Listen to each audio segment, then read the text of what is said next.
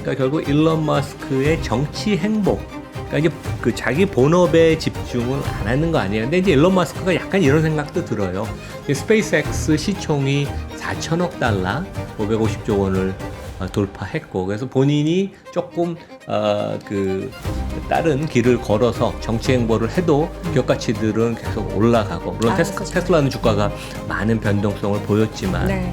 근데 하여간 어쨌든 간에 회사를 맡고 있는 입장에서 CEO 타이틀을 갖고 있는 사람이 자기의 그 모든 에너지와 시간을 본업에 포커스하는 게 맞습니다. 하지만 가장 중요한 것은 많은 주주를 받은 우리 대한민국의 주주들이 27조 원의 테슬라 주식을 들고 있잖아요. 그쵸. 그러니까 많은 주주를 받은 입장에서는 본인이 책임지고 회사 일에 전념하는 것이 맞다고. 네, 월스트리트 모닝 브리핑 함께하고 있습니다. 이번엔 글로벌 인터뷰, 오늘도 제 옆에는 하나증권 리서치센터 김도환 부장 왔습니다. 어서 오세요. 네, 안녕하세요. 오늘 하나증권 김도환입니다. 편하게 입으셨나요? 네, 금요일에 편하게 하라 약간 그래갖고. 제가 편하게 하라 그래서 편하게 입으신 거예요? 맞습니다. 금요일이 캐주얼데이 뭐 그런 거 아니고요? 아, 저희 회사는 그런 거 없습니다. 그래요? Always, 항상 캐주얼데이. 아, 그래요? 항상 캐주얼데이인데 그렇게 차려입고 다니신다고요? 맞아요. 누가 시키지 않아도 차려입고 다니시는 우리 김도환 부장님. 이제 일주일 됐어요. 맞습니다. 어떻게 한 주 동안 네. 하셨는데 어떠셨어요? 하루하루 맨날 네. 그 동접자 수가 네. 언제 2만 명이 되지? 이렇게 계속 보고 있었어요. 언젠가 되겠죠. 맞습니다. 저희가 이제 2만 명 훌쩍 넘었던 그런 네. 시절이 있었거든요. 그때는 진짜 미국 주식에 다들 관심이 너무 많으셔가지고 새벽에 눈 비비시면서 보셨는데, 근데 또 저희가 방송 시간을 네. 한 30분 앞당긴 영향도 있어요. 아, 그래가지고. 네, 6시 반부터 원래 7시 반까지였거든요. 네. 근데 그걸 이제 6시부터 하니까 30분의 꿀잠을 더 주무시고자 하는 분들도 네네. 계셔가지고, 여러분 일어나세요. 지금 주무실 때요. 밥보다 투자하나 잠보다 미국 주식, 여러분 좋네요. 일어나셔야 됩니다. 네, 잠보다 미국 주식. 자, 오늘도 우리 하루에 하나 우리 김도환 부장은 오늘 어떤 이야기를 또 해주실까요? 네, 오늘은 여전히 내재 가치에 대한 의구심이 있는 비트코인이 네. 코인베이스 기준으로 사상 최고치를 경신하고 있다. 와.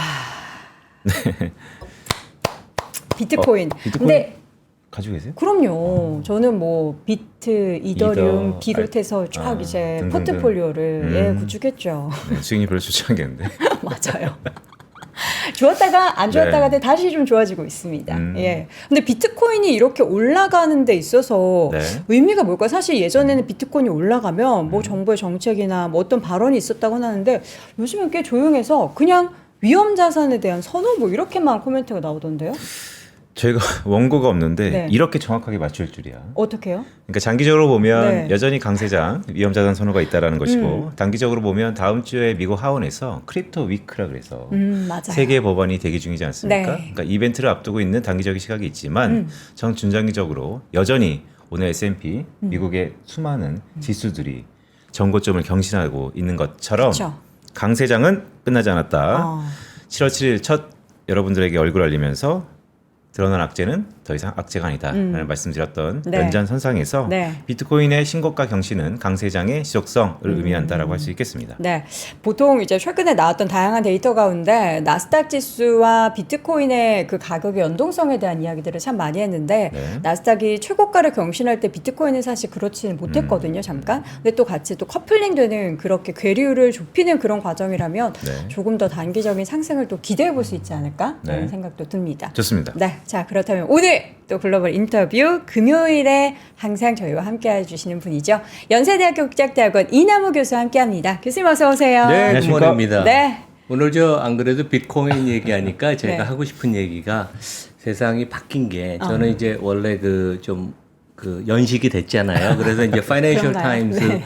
그 지면을 보는데, 네. 얼마 전부터인가 일면에 이제 주가 지수, 유가, 채권 가격, 금리 얘기하는데 거기 표에 비트코인이 들어가기 시작했어요. 오. 그것도 유가 위에. 유가 위에. 그러니까 이게 그 전 세계 금융 시장이 변하고 있는, 그래서 비트코인과 이더리움 가격이 계제가 되고 있습니다. 그래서 야 진짜 이게 몇 년 전에 상상하기 어려운 것인데 그쵸. 세상이 바뀌는구나, 이제 그런 생각이 들었습니다. 그러니까 이제 과거 비트코인이 무슨 화폐야, 이게 뭐 이 세상에 뭐가 있다라는 거야, 난 도저히 이해를 못하겠어 라기보다는 달라진 세상에 그냥 이런 이것도 뭐 있구나라고 다양한 그냥, 자산 중에 예. 내가 투자할 수 있는 자산 중에 하나다. 이제 그렇게 좀 생각하는 것 인정하고 같습니다. 받아들여야 될 것 같다라는 생각도 듭니다. 자, 오늘 우리 또 교수님께서 항상 이제 준비해 주신 내용 외에 좀 주목할 만한 내용 하나씩 가지고 오시는데 델타 실적 발표에 대한 의미가 좀 어떻게 있는 거길래? 그 2분기 실적 이제 시작했잖아요. 네, 네. 그래서 보통 그 항공사들 델타가 거의 제일 먼저 발표를 하는데 오늘 2분기 실적이 상당히 좋게 나왔어요. 그래서 왜냐하면 이제 미국 내수 경기에 대한 우려가 있어서 네. 2분기 실적이 좀 그동안 하향 조정이 됐고 주가도 많이 빠졌는데 낮아진 기대 수준보다 훨씬 우월한 실적이 발표가 됐고 그 다음에 이 회사가 그 트럼프발 악재가 매크로 악재가 나오면서 가이던스를 주지 않았거든요. 네. 다시 가이던스를 살리고 그래서 3분기 가이던스도 좋고 그 다음에 풀리어 2025년 전체 가이던스도 상당히 양호해서 오늘 항공업종이 11% 올랐습니다. 그래서 어떻게 보면 항공주라는 것은 가장 경기에 민감한 가장 시클리컬한 업종인데 실적에 대한 좀 자신감, 주가가 긍정적으로 반영한다는 것은 미국 경기가 어느 정도 건전하다, 지금 버티고 있다, 이제 그런 말씀을 드릴 수 있겠습니다. 네. 미국 경기가 오히려 두려움을 딛고 분수령으로 턴어라운드 하고 있다라는 것의 바로미터다라는 말씀 주셨네요. 한번 해봤어. 예, 아니요. 네. 좋아요. 너무 좋아요. 그냥 막 치고 들어오시고. 왜냐면 친해지고 싶어갖고. 친해지세요. 네. 우리 이나우 교수님 너무 좋잖아요. 그러니까 저는 맨날 애청자로서 맨날 봤는데, 그래서 오늘 여기 딱 대기실에서 네네. 너무 이렇게 연애 어떤 보는 말씀, 느낌. 어떤 말씀을 드려야 될지 막 그랬던 네. 거야. 오늘 우리 학생이 2명이니까 네. 영어 질문은 2분 중에 공부 네. 잘하는 학생이 대답하면 또 되겠습니다. 우리 김돈 부장님이죠. 그러면 항상 저희가 금요일마다 영어 문장을 하나 가지고 오세요. 그런 게 있었어요? 예, 여기 네. 영어 문장 보이시죠? 네. 저 영어 문장 일단 우리 교수님의 발음으로 한번 들어보도록 그래서 하겠습니다. 첫 번째 이제 우리 토픽하고도 관련이 있는데 네. among M7 그러니까 우리 국내에서는 M7이라고 했는데 또 미국 사람들은 보통 다 풀어서 Magnificent 7이라고 해요. 근데 네. which appears the cheapest. 네. 해석해 보세요. 해석을. M7 중에서 네. 가장 cheapest, 그냥 가장 not expensive? 영어 되는데요? 영어 돼요? 예, 설마. 영어 되는데요? 예. 가장 싼 주식 저평가라고 해야 되는 건가요? 그냥 주가가 싸다고 해야 되는 건가요? 근데 이게 그쵸? 상당히 참 여러 가지 의미가 네, 포함이 네. 돼 있어요. 왜냐하면 그러니까 이제 저희가 뉴스 얘기를 하다 보면 스토리 위주로 하다 보면 네. 결국 내가 이 주가를 그러니까 아파트 살 때도 그래서 평당 뭐 얼마라는 말이야. 이제 그렇게 우리가 따져봐야 되잖아요. 근데 그쵸. 결국 밸류에이션을 봐야 되는데 여기 이제 다음 페이지 보시면 우리가 M7 종목을 시총과 그러니까 이제 퍼라는 것은 미래 예상치를 이익 예상치를 갖고 지금의 주가랑 비교하는 네. 그 배수 아니에요. 근데 이제 이미 우리가 7월 달이기 때문에 2025년 예상치만 갖고 하면 조금 짧아요. 그래서 2025년, 2026년 두 연도 EPS의 평균치. 그러면 이제 우리가 12months를 12개월을 롤링 기준으로 내다본다 그러면 네. 금년 하반기랑 이제 내년 상반기 정도가 녹아 있다고 보면 되겠죠. 그렇죠. 그래서 이제 앞으로 2년 이익 추정치의 평균 놓고 보면 물론 이제 테슬라가 퍼가 제일 높죠. 125배. 그거는 뭐 이론의 여지가 없고 네. 어제 시총 4조 달러를 돌파한 엔비디아가 32배. 주가가 그렇게 올랐는데도 여전히. 밸류에이션이 그렇게 높진 않아요. 네. 그리고 가장 싼 저평가된 퍼가 낮은 데는 알파벳, 구글의 지주회사. 퍼가 18배. 네. 시장보다 한 20% 할인되고 있습니다. 그러네요. 네. 그러니까 놀라운 거예요, 되게.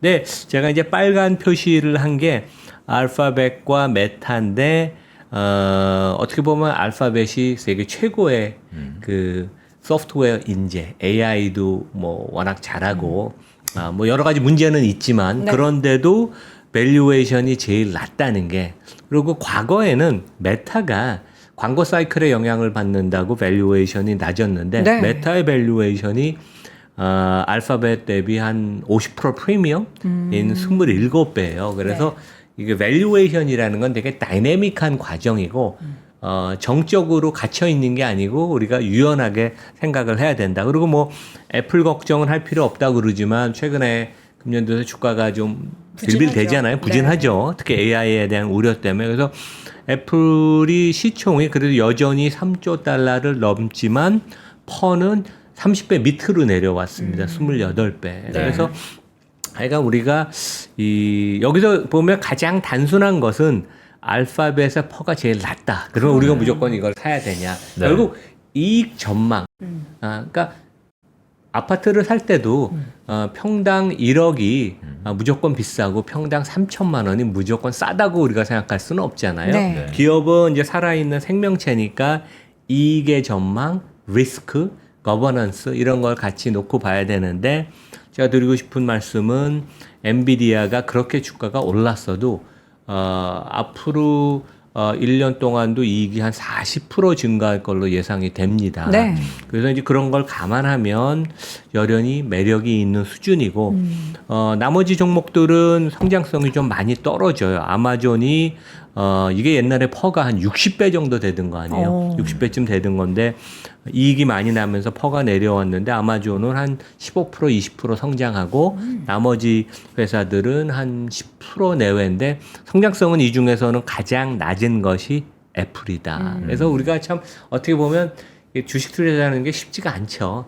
이것을 우리가 예상을 해서 밸류에이션을 녹여서 판단을 해야 되는데 그래서 오늘은 한번 우리가 밸류에이션, 주가 평가, 고평가, 저평가 수준을 한번 살펴보자 그런 의미에서 제가 표를 갖고 왔습니다. 네, 좋습니다. 이게 길어졌어요. 아니요. 네. 그 메타의 행보가 요즘에 인재 영입을 정말 열심히 하잖아요. 오픈 AI에서도 데려오고 최근에는 애플에서도 데려오고 그걸 보시면서 그동안에는 이제 말씀해 주셨던 것처럼 알파벳, 구글에 정말 많은 인재들이 모여 있었다라는 이야기를 했었는데 이제는 메타가 돈 쓰면서 이번엔 뭐 돈을 잘 쓰는 건지 모르겠습니다. 많은 인재들을 지금 싹 흡수해가고 있는 그 행보를 보시면서 어떻게 좀 그러니까 기대를 메타가 하시나요? 뭐 최고 인재를 영입하는데 네. 두 당, 한 명당 1억 불, 1억 예. 달러를 쓴다 그러는데 뭐 1조씩 그냥 대부분은 1,000억씩? 회사 주식으로 주는 거예요. 그러니까 현금으로 주는 건 아니고. 그래요? 그리고 제가 그런 얘기를 했죠. 그 제가 작년 말에 미국을 다녀왔을 때 네. 워낙 AI 인재가 부족해서 메타도 전 그룹 차원에서 한 수백 명의 AI 그 스페셜리스트를 풀로 갖고 있어서 각 팀에서 이제 가져다 쓰고 그러는데 네. 미국에서 공급이 워낙 부족하기 때문에 본토 미국에서 자란 중국인이 아닌 그 메인랜드 본토 출신 중국인이 엄청 많다. 맞아요. 많이 넘는다. 네. 그러니까 신원조회를 통과하면 미중 관계가 이렇게 안 좋아도 중국 본토 사람들도 많이 갖다 쓴다. 근데 그런 얘기도 있었어요. 그러니까 아까 제 차 몰고 오면서 오픈 AI가 너무 많이 인재가 뺏겨서 네. 챗GPT 그 다음 버전을 발표하는 것도 좀 신중해야 되는 게 아닌가. 그 정도로 많은 인력의 이탈이 있다고 합니다. 근데 뭐 미국도 그렇고 중국도 그렇고 경쟁이라는 게 경쟁을 통해서 소비자한테 더 좋은 상품 서비스를 제공하는 거니까 네. 뭐 생각이 다 있겠죠. 그리고 회사 주식으로 주는 거니까 현금의 유출은 그렇게 많지는 않다. 예.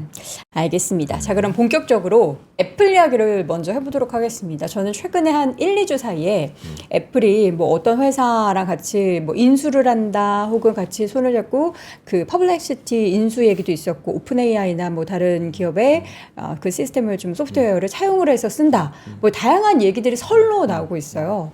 AI에 대한 자생력이 없다 보니까 여러 가지 설이 있던데 어떤 설에 좀 무게를 둬야 될지.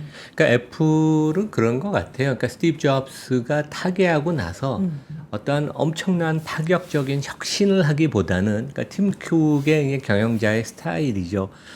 조금 더 개선을 하면서 완벽을 기하는, 그러니까 그 퍼펙트하게 가는 그러한 그 기업의 문화는 그 실리콘밸리에서도 애플에 대한 대단한 존경, 그다음에 우리가 소비자로서는 느끼잖아요. 근데 이제 AI라는 것은 또 다른 혁신이 필요한데 네.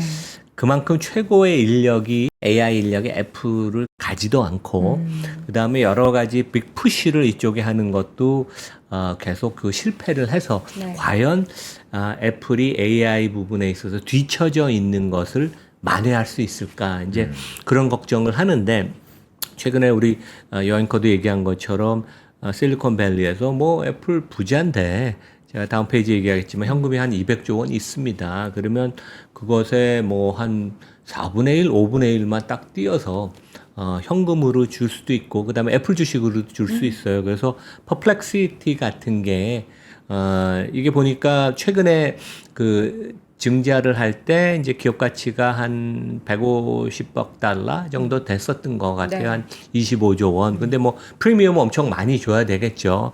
그래서 한 300억 달러를 준다고 해도 애플 입장에서 큰 부담이 되는 건 아닌데 스스로 잘 못하면 퍼플렉시 같은 거를 인수를 해서 AI 프로젝트를 다시 시작하는 게 어떠냐.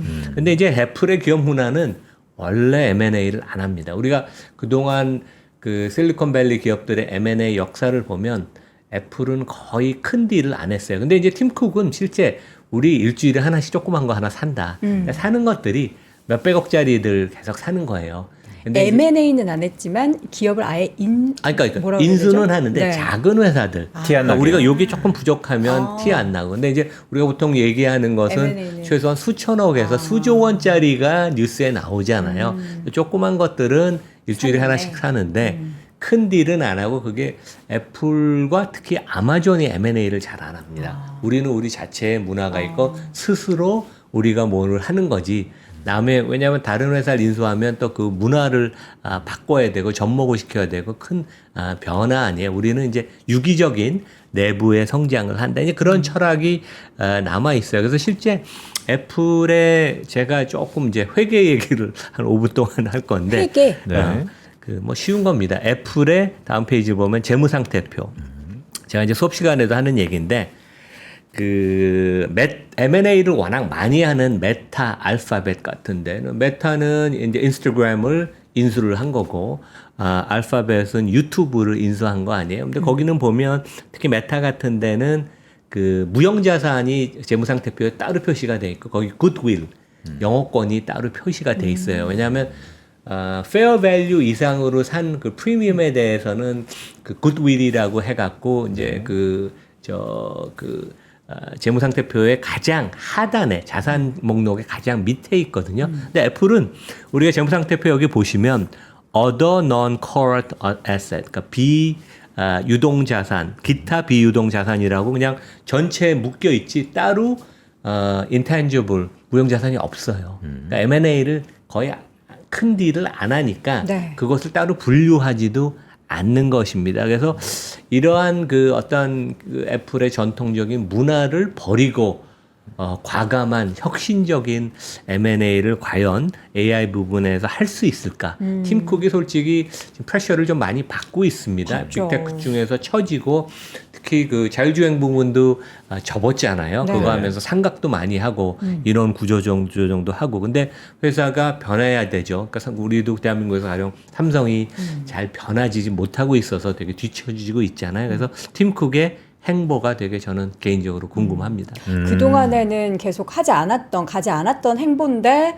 이번에는 정말 아주 큰 그 AI 혁신이라는 바다에서 혼자 애플만 저 그러니까 이사회가 아마 압력을 꽤 넣어야 될 것 같아요. 해야 왜냐하면 한다. 결국 CEO를 통제하고 전략에 관해서 코칭을 하는 게 이사회인데 애플의 이사회는 대단히 훌륭합니다. 독립적이고. 근데 어떻게 보면 그동안 AI 전략이 없고 아니면 계속 흐지부지 됐는데 여기까지 온 것을 내버려 둔 것도 조금 이사회가 좀 꿀밤을 맞아야 되고 팀 쿡이 여기서 하여간 돌파구를 찾아야 된다고 결국 CEO의 역할인데 그런 생각이 드네요.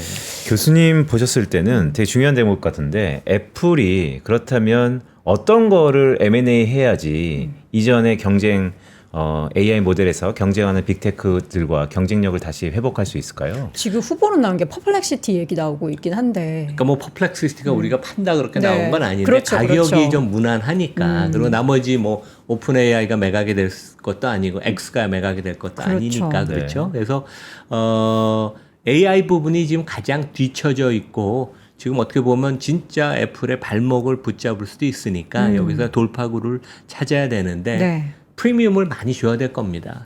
아마 뭐 기업 가치가 한 150억 달러에 두세 달 전에 거래가 됐으면 최소한 100% 이상을 줘야 되는데 그래도 300억 달러고 애플 정도면 충분히 살수 그 정도 뭐 현금을 지출할 수도 있고 현금 플러스 자기 주식 발행을 해서 이제 줄 수도 있으니까 충분히 가능한 게 아닌가. 그러니까 돌파구가 좀 필요하다고 생각을 합니다. 그리고 투자자분들 중에서는 내가 애플에 물리다니라는 그런 자주 섞인 푸념도 하시고, 사실 퍼플렉시티 같은 경우는 CEO가 굉장히 또 AI 업계에 있어서 대단한 인물이기 때문에 애플 입장에서는 굉장히 탐이 날 텐데 과연 인수가 될 것인지, 어떤 기업이 또 애플과 함께 손을 잡게 될 것인지 그 행보 계속해서 좀 지켜봐야 될 것 같습니다. 결국에는 애플이 AI에서 뭔가를 보여줘야 지금의 부진을 타개할 수 있는 거잖아요. 그렇죠. 그렇죠. 예.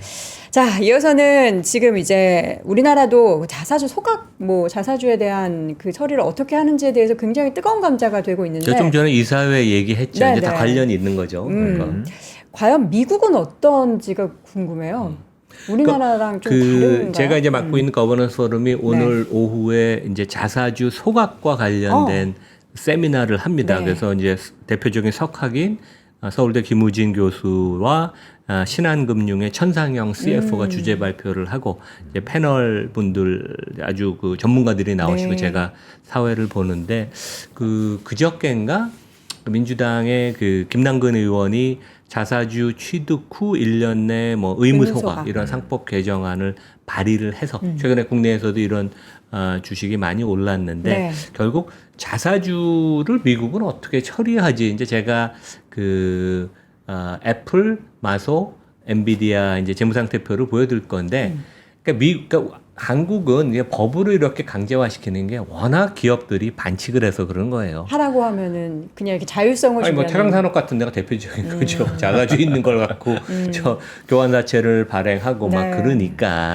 편법. 근데 이제 미국은 이사회가 딱 중심이 돼서 모든 걸 잡아주고 모든 의사결정은 기본적으로 총주주, 전체 주주를 위해서 가장 합리적인 대안을 하거든요. 네. 근데 이제 우리가 분기 실적 맨날 나올 때마다 빅테크는 남는 돈의 거의 대부분은 조금 배당하고 나머지는 다 자사주 매입해서 소각을 한다고 그러잖아요. 그래서 실제 이제 케이스를 보면 애플은 이제 재무상태표 여기 조금 하여간 오늘 회계 공부하듯이 좀 복잡합니다. 네. 근데 재무상태표에 자기 자본 계정을 제가 이제 표를 갖고 왔는데 여기에 이제 자기 주식이라는 게 없어요. 왜냐하면 그냥 사면 다 소각을 하니까. 그러니까 우리가 알고 있는 사사주 자기 주식이 없다. 네. 분명히 매입은 계속 하는데. 그렇죠. 그러니까 보통 자기 주식은 share repurchase 아니면 treasury share라는 표현을 쓰는데 네.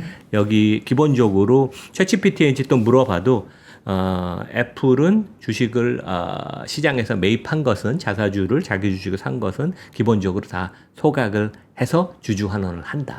이게 그냥 결론입니다. 엔비디아도 사례가 엔비디아도 마찬가지예요. 엔비디아도 여기 이제 자기 자본 계정인데 이번 1분기 실적 네. 4월 말 거를 보면 여기도 없어요. 그냥 왜냐하면 그러니까 이제 한국 기업들이 그러죠. 우리는 투자를 해야 되는데 주주 환원은 할 돈이 없습니다. 그럼 투자하면 됩니다.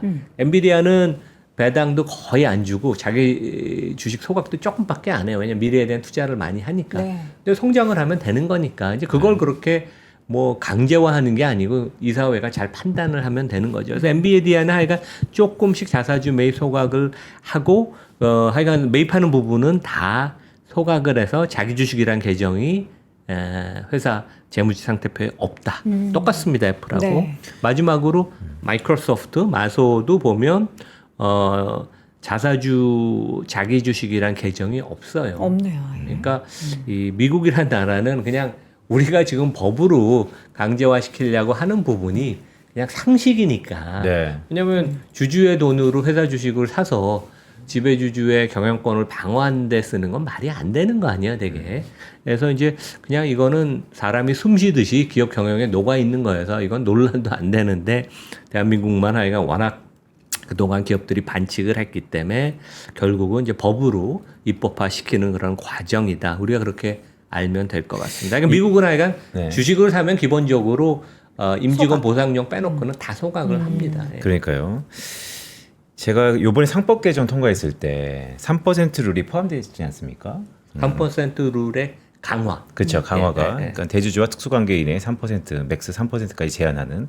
근데 그게 해외 사례를 보니까 이미 해외는 3%룰 자체가 없더라고요. 그러니까 이미 그거는 기본적으로 커먼 센스라서 없다라고 우리가 보면 되는 겁니까? 그것도 있고요. 네. 그 약간 좀 영어로 표현을 하면 majority of minority라고 네. 내가 이해관계자인 안건에 관해서는 주총에서 가령 그 지배주주는 의결권 행사를 안 합니다. 그러니까 3% 룰이 적용이 될 게 필요가 없죠.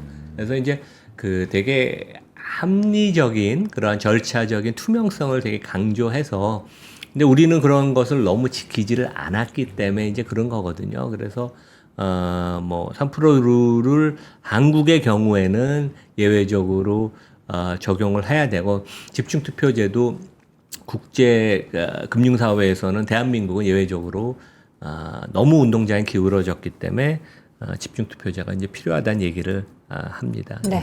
자, 이번에는 테슬라 이야기를 해보겠습니다. 요즘에 일론 머스크 때문에 테슬라가 계속 시끄러워요. 물론 오늘 이제 주가 올랐더라고요. 감사에는 그 이제 결국에는 자율주행에 예. 대한 기대감을 조금 내비칠 만한 더 확대한다라는 소식이 전해지면서 급반등에 나서긴 했는데 여전히 근데 일론 머스크 리스크는 계속 뭐 잠재되어 있는 거고 그러게요. 오늘 밤에 그러게. 또 무슨 얘기할지 모르는 거잖아요. 그러니까 제가 어제 제 거에 이제 영상을 하나 올렸는데 네. 오늘 또 그런 뉴스가 나왔더라고요. 그 일론 머스크가 테슬라 차량에 이제 그록을 다 그 탑재를 해서 네, 맞아요. 보이스 어시스턴트로 이제 작동을 한다. 근데 그 이제 화제가 됐던 건 그 댄 아이브스 그러니까 전에 3%에도 출연하고 제가 그때 한번 사회를 봤었는데 이분이 이렇게 그 분석 능력이 엄청 뛰어난 사람은 아니에요. 그래서 이제 기관 투자가들은 그렇게 존경을 하지 않지만 리테일 팔로잉이 많고 그 적재적소한 시점에 되게 그 이슈를 잘 주도를 해요. 그래서 이제 그 X 그 플랫폼에서 그 이제 테슬라의 빅팬이죠. 왜냐면 이 사람이 목표 주가를 $500로 얼마 전에 올렸으니까. 그래서 자율주행의 황금 시대가 이제 도래하고 있다. 그래서 그리고 실제 그 6월에 그 로보택시 시행할 때 셀러브리티만 몇 명 초대받고 그 우호적인 애널리스트만 초대받았는데 그때도 아마 시운전을 했었을 겁니다. 이분이. 그래서 이제 테슬라 이사회한테 결국 일론 머스크를 합법적으로 통제 내지 하여간 조금 이렇게 다스릴 수 있는 주체는 이사회밖에 없습니다. 네. 합법적인 기구고 경영진, 그러니까 일론 머스크가 CEO니까 이사회가 통제를 할 수 있는데 요 세 가지 그를 이사회가 이제 해야 된다. 이제 그랬는데 일론 머스크가 shut up. 그러니까 좀 둘이 친한 것 같습니다. 되게. 그러니까 약간 친하니까 이제 이런 얘기를 좀 한 것. 예. 약간 농담 느낌으로 한 거예요? 아니요, 농담은 아니죠. 댄 아이브스는 시리어스하게 얘기를 한 네네. 거고 일론 머스크는 이제 안면이 있고 그러니까 좀 편한 표현을 썼습니다. 공개적으로 어떻게 셔럽이라고? X인데요, 네. 자기 건데. 컴마하고 댄이라고 했죠. 네. 댄. 예. 근데 이제 그 세 가지를 보면요, 제가 좀 상세하게 이제 그 풀었었는데, 그러니까 결국 일론 머스크의 정치 행보, 그러니까 이제 그 자기 본업에 집중을 안 하는 거 아니에요. 근데 이제 일론 머스크가 약간 이런 생각도 들어요. 이제 스페이스X 시총이 4천억 달러, 550조 원을 돌파했고, 그래서 본인이 조금 그 다른 길을 걸어서 정치 행보를 해도 기업 가치들은 계속 올라가고, 물론 테슬라는 주가가 많은 변동성을 보였지만, 네. 근데 하여간 어쨌든 간에 회사를 맡고 있는 입장에서 CEO 타이틀을 갖고 있는 사람이 자기의 그 모든 에너지와 시간을 본업에 포커스하는 게 맞습니다. 그게 어떻게 보면 제대로 거버넌스를 갖추는 거고. 그래서 네. 이제 이런 얘기를 했죠. 그 댄 아이브스가 저도 100% 공감해요. 첫 번째는 이사회가 일론 머스크한테 신규 보상안을 만들어서 최소한 의결권의 25%를 보장을 하고 동시에 XAI와 합병의 길을 열어줘라. 이제 왜냐하면 지금 일론 머스크의 지분율이 13% 정도 돼요.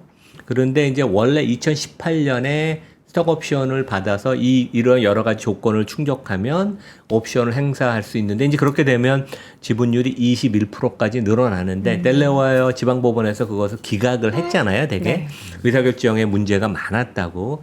그래서 일론 머스크가 지금 돈보다 컨트롤을 내가 본인이 중요시하니까 최소한 의결권을 한 25% 보장을 해라. 그리고 장기적으로는 그 XAI와 테슬라와 합병이 될 가능성도 있어요. 왜냐하면 지금 뭐 테슬라 기업 가치의 전기차 부분이 차지하는 부분은 이제 10%도 안 될 것 같아요. 나머지 90% 이상은 자율주행 로보틱스, AI의 그 근간한 그런 기술인데 그런 것을 하고 그 다음에 이제 두 번째는 이러한 보상 조건으로 보상을 주는 대신 이사회가 조건을 걸어라. 머스크가 최소한 테슬라에 할애해야 되는 시간, 그러니까 미국은 보통 주 단위로 시간을 많이 계산을 하거든요. 그러니까 뭐 주 3, 40시간을 근무를 해라, 기록을 남겨라, 뭐 그런 것들을 요구를 하라. 그러고 그거 관련된 안정장치, 그러니까 이제 구속력이 있게 하고, 그 다음에 마지막으로 이사회가 머스크에 관련된 정치 활동을 슈퍼바이스, 감독을 해라. 그래서 어떻게 보면 당연한 얘기인데 지금 이사회가 제대로 작동되지가 않고 있고, 그래서 이제 근데 일론 마스크는 약간 특이한 상황이에요.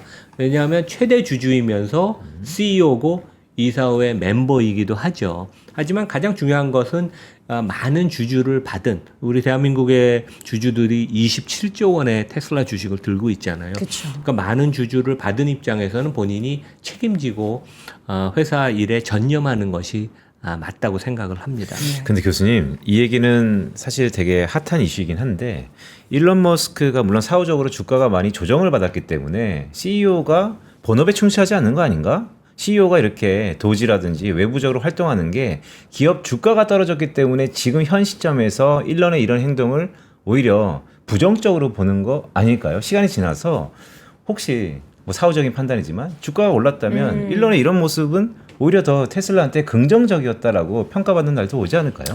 그렇게 해석할 수도 있죠. 근데 이제 회사의 장기적인 발전을 위해선 일론 머스크와의 전략, 포커스 에너지, 그 다음에 실천력이 결합이 돼야지 테슬라가 이제 앞으로 나가거든요, 되게. 그런 면에 있어서는 일론 머스크가 보고만 받고, 실제 그 출근을 하면 제가 들은 얘기로는 그 임원들을 잡아놓고 새벽 2시까지 회의를 한다고 그럽니다. 그 정도로 엄청난 프레셔를 주는데 이분이 워싱턴 DC에 가 있는 한 6개월 동안은 그런 프레셔가 없어서 회사가 뭐 어느 정도 진전은 받겠지만 강한 추진력에 의해서 회사가 막 점프를 하는 그러한 발전은 없었던 거죠. 그리고 그런 것을 주주들이 원해서 프리미엄을 주는 거 아니에요. 지금 퍼가 100배가 된다는 건 미래의 가치를 주고 사는 거니까. 그래서 절대적으로 일론 머스크 없는 테슬라는 우리가 생각할 수 없다. 사실 처음에 이제 일론 머스크가 트럼프를 지지하고 정치적인 행보를 보였을 때는 뭐 도지도 도지인데 결국 머스크의 그런 다양한 사업들이 정부의 그런 제도적인 뒷받침이나 규율이 조금 완화되는 그런 것들이 있어야 조금 더 쉽게 되니까 그렇죠. 와, 머스크는 정말 사업가다. 정말 대단한 사업가로서 앞으로 더 빠른 이 발전이 있겠구나 싶었는데 이렇게 싸우게 될 줄이야. 이렇게 갑자기 등을 지게 될 줄이야. 근데 뭐 대한민국도 그렇고 전 세계적으로 네. 기업인이 정치에 들어가서 자기 기업이 잘 되는 경우는 없는 것 네. 같아요. 그래서 어느 정도 뭐 본인이 역할을 한 거고 이제는 자기 길을 가는 게 맞지 않나 이제 그렇게 생각을 합니다. 그러니까요. 네. 기업은 그러니까 정치는 또 기브앤테이크 비즈니스가 아니니까요. 그런 쪽으로. 그래서 실제 이거 말고도 이번 주에 이제 월스트리트저널에 크게 나온 게 네. 한 해가 끝나면 주총을 해야 되잖아요. 그래서 뭐 실적도 보고하고 이사도 선임하고 그래야 되는데 2024년 실적에 대해서 주총을 아직 안 열었어요. 그래서 이제 지금은 테슬라의 그 회사가 설립돼 있잖아요. 델러웨어에서 이제 텍사스로 옮겼는데 텍사스는 하여간 13개월 지난 주총이 있고 나서 13개월 이내에 주총을 열어야 된다고 규정을 하는데 작년 주총이 6월 13일이니까 이번 주말 2025년 7월 13일까지 주총을 열어야 되는데 지금은 현실적으로 개최가 되지 않는다고 우리가 봐야 되는데 실제 이것에 대해서 미국 그 대형 연기금들이 뉴욕주, 일리노이주 이런 데에서 그 헤드들이 공개 소환을 보냈어요. 빨리 주총을 열어라. 네. 열지 않으면 컴플라이언스 위반이다. 근데 아마 이사회가 지금 일론 머스크한테 지금 끌려가고 있거든요. 되게 끌려가고 있는데 일론 머스크의 보상과 관련돼서 지금 명확한 지금 정책이 확립이 지금 안 돼 있기 때문에 계속 그 지연하고 있는 게 아닌가. 근데 그건 이것도 결국 주주들한테 좋은 모습은 아니죠. 예. 테슬라 이사회의 딜레마. 사실 앞서서 잠깐 말씀해 주셨지만 일론 머스크가 그렇다고 테슬라로 떠나면 테슬라는 존재 가치가 사라지는 거예요. 그렇죠. 우리가 상상도 할 수 네. 없습니다. 되게. 그렇기 때문에 이사회도 그러니까 되게 참 쉽지 않은 진퇴양난이에요. 그러니까. 어떻게 해야지 현명한 방법이. 근데 조금 이제 아쉬운 것은 이제 네. 다음 페이지 보면 여기 이제 여성분이 그 로빈 댄홀미라고 지금 이사회 의장이신데 저도 여러 번 3프로에서 이분 네. 얘기를 했는데 테슬라의 이사회 의장을 맡을 그 정도의 업적이 있는 분이 아니에요. 그러니까 이제 일론 머스크가 십몇 년 전에 사회이사로 이분을 영입을 했고 호주 여성분인데 그 다음에 이제 이사회 의장을 한 지는 꽤 됐는데 어마어마한 스톡 옵션을 줘서 회사에서 스톡 옵션 받은 것만 1조 원이 넘습니다. 그러니까 너무 어떻게 보면 밀착된 관계. 그러니까 이게 이사회가 독립적이어야 되는데 네. 그러기 위해서는 어느 정도 보상을 해주는 게 합리적이죠. 합리적이지만 너무 많은 과도한 보상을 해서 끌려다는 모습을 보이고 많은 이사들이 실제 뭐 일론 머스크의 동생도 들어가 있고 본인들의 지인들이 지금 대부분 이사회 멤버이기 때문에 어떻게 보면 무능하다는 표현을 우리가 쓸 수도 있고 이해상충은 너무 많아서 그러니까 저는 다음 혹시 일론 머스크가 이제 CEO 역할을 놓고 본인이 이사회 의장으로 빠지고 CEO를 맡긴다면 옛날에 CTO 역할을 하고 다시 지금 테슬라의 이제 사회이사로 컴백을 한 JB 스트로벨 존경받는 사람입니다. 이 사람이 좀 CEO를 해서 자리를 다시 중심을 잡아주면 좀 될 수도 있는데 지금은 약간 과도기 그런 상황이어서 상당히 혼돈의 상태고 이사회가 일론 머스크를 코칭을 제대로 해야 되는데 되게 네. 안타깝습니다. 교수님 말씀 쭉 들어보니까 ESG 측면에서 거버넌스 측면에서 테슬라는 최악인데요.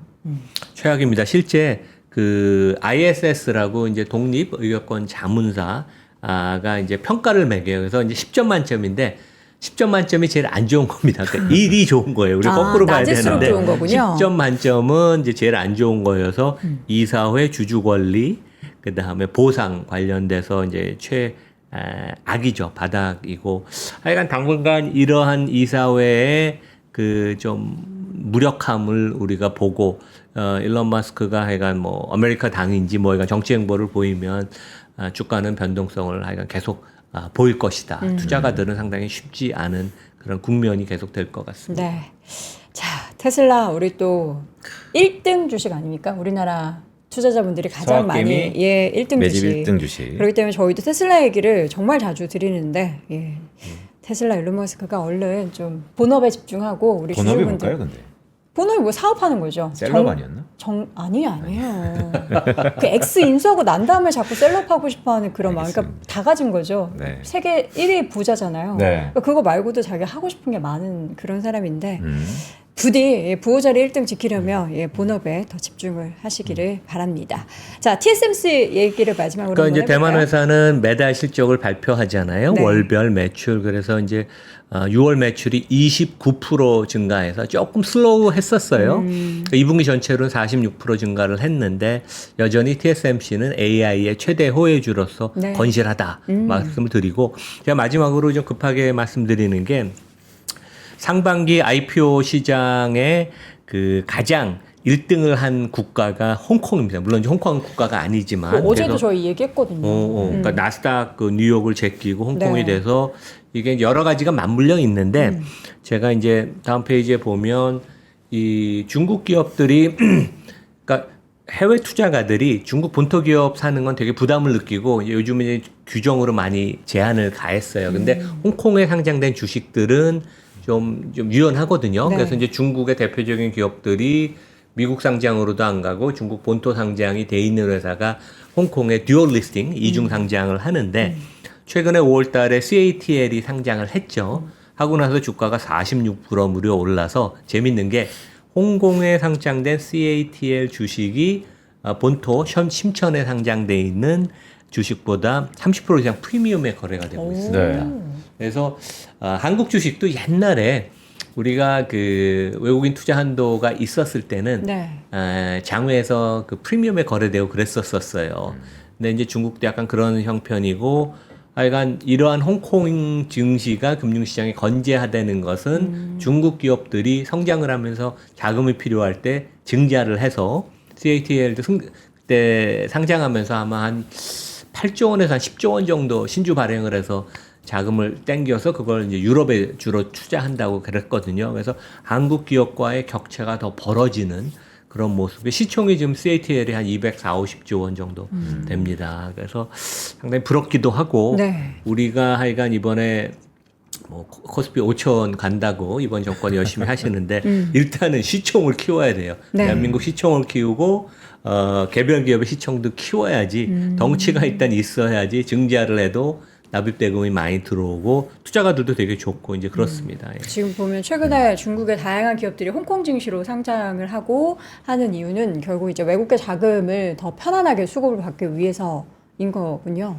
그 기업들의 네. 니드뿐만 아니라 중국 정부 당국의 정책적인 그런 푸시가 그쵸. 같이 결합이 돼서 그리고 중국 본토 주식 사는 게 부담이 가니까 외국 투자가들은 그러면 홍콩에 상장돼 있으면 왜냐하면 홍콩 달러가 US 달러랑 페그가 돼서 네. 그런 것들도 되게 좀 편안하게 느껴요. 되게. 그러니까 과거 보면 홍콩 그러면 사실 부동산이었는데 최근 들어서 미중 무역 분쟁 패권 경쟁이 격화되면서 반사이익으로도 홍콩의 IPO 시장이 이렇게 뜰 줄이야. 그렇습니다. 그 어제도 저희가 그 김경환 팀장님이랑 같이 네. 이야기했을 때도 중국 주식 투자하시려면 중국의 본토에 투자하는 것보다 홍콩을 투자하십시오. 홍콩 증시에서 투자하십시오라는 이야기를 했는데 이게 최근에 왜 그런지를 확인해 볼 수 있고 우리도 외국인이니까 홍콩 가자고. 우리도 외국인이니까 홍콩 쪽으로 투자를 돌려서 하는 게 더 좋을 것 같습니다. 최근에 교수님 시장이 나스닥도 그렇고 S&P도 그렇고 엄청 좋잖아요. 그렇죠. 근데 이게 사실 또 따져보면 이게 좋을 만한 게 있을까 싶긴 한데 이제 실적 시즌이 또 다가오고 있으니까 결국에는 성적표가 좋으니까 이렇게 버티는 게 아닌가 싶긴 한데 전체적으로 그래프를 이제 우리 또 패널분들이 가지고 나오시는 거 보면은 약간 이게 EPS도 그렇고 좀 꺾이는 것 같거든요. 그래서 좀 걱정이 되기는 해요. 그러니까 제가 2주 전인가 얘기를 했었는데 뜨뜻미지근한 경기가 네. 주가에는 되게 좋다 그런 말씀을 드렸잖아요. 뜨뜻미지근해서. 그러니까 보통 미국 경제가 실질 성장 기준으로는 과거 한 5년, 10년 보면 한 2%쯤 성장을 해요. 네. 근데 지금은 다행히 뭐 성장률이 떨어졌지만 1.5% 정도로 유지하고 아마 2분기 실적에 대한 기대감이 많이 낮아졌는데 실질적으로는 빅테크 중심으로 실적이 되게 좋을 것 같아요. 그래서 이제 그런 기대감도 있고 그다음에 이제 제가 지난주에 얘기한 것처럼 트럼프 경제 정책의 3대 축이 관세, 테리프, 텍스, 감세, 그다음에 마지막으로 규제 완화. 규제 완화. 규제 완화가 그러니까 그 순서대로 지금 이제 진행이 되고 있어서 감세 플러스 규제 완화가 되면서 최근에 JP 모건 같은 금융주들이 사상 최고치를 계속 갱신하고 있습니다. 그래서 그런 것들에 대한 기대감이 녹아서 시장이 되게 앞선 그 호재를 미리 반영하잖아요. 그래서 네. 이제 금년 하반기뿐만 아니라 2026년에 발표될 것들이 이미 좀 녹아 있는 것 같아요 주가에. 예, 그래서 그런 면에 있어서는 랠리는 설명은 되지만 또 너무 많이 반영이 되면 이제 앞으로 어떤 뉴스가 나올까 이제 그런 걱정도 할 수는 있습니다. 예. 네. 지금 시점에서 사실 뭐 우리가 알려진 악재는 악재가 아니다라고 계속 말씀하셔도 이거 또 언제 한번 이렇게 사상 최고치 경신하고 있는 미국 시장을 흔들지도 모른다라는 불안감이 일부 있기는 한데 결국에는 시장을 이끄는 M7 종목, 물론 애플물은 좀 그렇지만 테슬라도 네. 조금 그렇고요. 그러면 M5라고 해야 되나요? 그런 기업들이 좀 건재하게 좀 버텨내는 것이 시장의 또 동력이 되지 않을까라는 생각이 들고 오라클이라는 네. 기업이 네. 주가 차트 보신 적 있으세요? 최근에? 최근에? 네. 왜요? 거의 요동칩니까? 뭐, 예, 요동이 아니고요. 이렇게 올라가요, 이렇게. 그러니까 그런 기업들이 또 곳곳에 산재하는 그런 시장이 또 미국이기 때문에 그런 기업들 계속 우리가 좀 염두를 해 두셔야 될 것 같습니다. 자, 오늘 글로벌 인터뷰 함께 했고요. 좋으셨어요? 이남규 교수님. 네, 오늘 좀 많이 배웠고요. 역시 테슬라 제가 생각한 것처럼 이사에 문제가 있군요. 라는 생각이 계속 들면서 네. 근데 아까 교수님이 갖고 오셨던 그 밸류에이션 측면 보면 참 엔비디아가 엄청난 기업이다라는 생각도 들면서 테슬라 밸류가 이렇게 높은데 꿈을 먹는 기업에 우리가 언제까지 서학 게임에 열광할까 약간 편중돼 있다는 생각도 조심스럽게 들었습니다. 그러니까 미국 기업들 보면 CEO 프리미엄이 대단합니다. 그러니까 이제 젠슨 황하고 같이 미팅을 한 사람을 제가 아는데 네. 서너 시간 동안 혼자 계속 떠든다고 그러더라고요. 근데 이분의 그 스케줄을 보면 거의 살인적인 스케줄이거든요. 말할 힘도 없으실 것 같은데. 그런데도 에너지가 넘치고 그래서 전략뿐만 아니라 디테일을 다 얘기한다 그래요. 일론 네. 머스크도 그렇잖아요. 그러니까 한국의 우리 그 지배주주들이 그 정도 일을 열심히 하시냐. 그러니까 이제 그래야지 뭐 경영권 얘기도 하고 그러는 거지. 결국 미국 기업은 뛰어난 그 CEO와 그 사람의 추진력, 그 다음에 이제 이사회 중심으로 좀 중심을 잡아주고 네. 공정하게 가자는 이제 그런 것들이 되게 중요한 것 같아요. 그래서 이제 미국 주가가 밸류에이션이 좀 높죠. 퍼가 뭐 한 23배, 2배, 3배. 대한민국이 요즘 올라왔어도 10배여서 2배 비싸다고도 할 수 있는데 수익성도 마진이 미국 회사가 대한민국보다 평균 한 2배 높습니다. 그래서 그 정도 프리미엄은 줘야 되는 게 아닌가. 예. 알겠습니다. 자, 오늘도 금요일 함께 했습니다. 오늘 글로벌 인터뷰 연세대학교 국제학대학원 이남우 교수와 함께 했습니다. 교수님 고맙습니다. 네, 감사합니다. 방금 전에 이제 젠슨 황 그리고 일론 머스크 이야기할 때 정말 열정이 넘치고 이제 그들은 뭐 그냥 경영만 하는 것이 아니라 그들이 실제로 모든 것을 알고 다 컨트롤을 하고 네. 있는 거잖아요. 여러분들도 그런 사람 될 수 있습니다. 제가 어저께 사실 저는 이 단어를 처음 봤어요.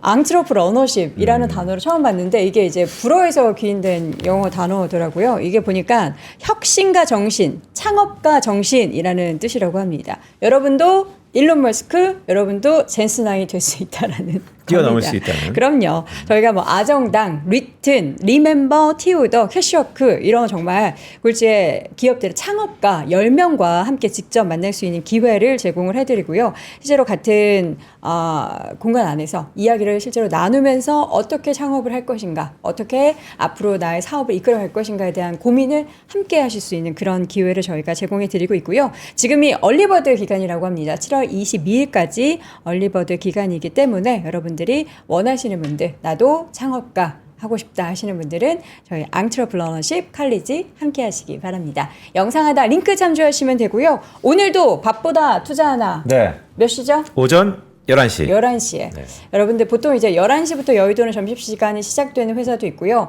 한 11시 반? 12시쯤에 점심시간이잖아요. 맞습니다. 그때 밖에서 점심 사드시면 또 비싸고 요새 덥고 그렇잖아요. 간단하게 도시락 싸셔서 회의실 들어가세요. 그리고 밥보다 투자 하나를 키시고 함께 이제 메이트로서, 점심 메이트로서 함께 하시면 좋을 것 같습니다. 보통 어떤 얘기예요? 돈 밥보다 되는 투자 얘기. 하나. 돈 되는 얘기. 그러니까 주식 투자 이야기를 중점적으로 하시겠죠? 사실 그렇죠. 그리고 약간 민감하지만 네. 지금 모든 펀드 매니저 여의도에서 가장 궁금한 거. 네. 그래서 뭐 사야 돼? 직접적으로 뭐 사야 되는지에 대한 아이디어 주시는군요. 보시면 됩니다. 알겠습니다. 우리 또 김도무장과 함께 하니까 밥보다 투자 하나 오늘 오전 11시 매일 오전 11시에 함께 하니까 여러분들도 함께 참여해 주시길 바랍니다. 자, 월스트리트 모닝 브리핑은 다음 주 월요일 오전 6시에 다시 돌아오겠습니다. 여러분 오늘도 고맙습니다. 고맙습니다.